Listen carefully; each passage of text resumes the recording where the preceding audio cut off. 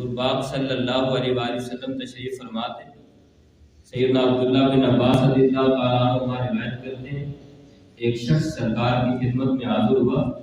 کہ اس کے جسم سے خون بہ رہا تھا، رگڑ لگی ہوئی تھی اور خون بہ رہا تھا۔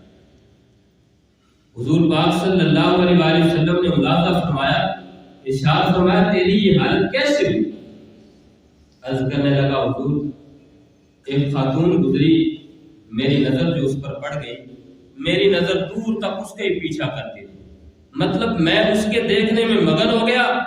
وہ چلتی گئی میں بھی چلتا گیا، چلتے چلتے رستے میں دیوار آ گئی، میں اس سے ٹکرا گیا بے خبری میں، مجھے پتہ ہی نہ چلا، دھیان ہی نہ ہوا، اس کی وجہ سے میری یہ حالت ہوئی، میں زخمی ہوں۔ پیارے آقا صلی اللہ علیہ وآلہ وسلم نے ارشاد فرمایا اللہ تعالیٰ جب کسی شخص سے بھلائی کا ارادہ فرماتا ہے تو اس کی غلطی کی سزا اسے دنیا میں ہی عطا کرتا ہے۔ سبحان اللہ۔ جو کہ یہ صحابی رسول تھے، اللہ رب العزت ان سے راضی ہے تو اللہ یہ چاہتا تھا کہ ان کی توجہ ابھی سے ہو جائے کہ یہ غلطی کر رہے ہیں، ان کو ایسا نہیں کرنا چاہیے۔ تو جب حضور کے صحابہ ان کے لیے یہ تنبیہ ہے تو ہم عام سے مسلمان جن کے ایمان ہی بڑے کمزور ہیں، سادہ سے مسلمان،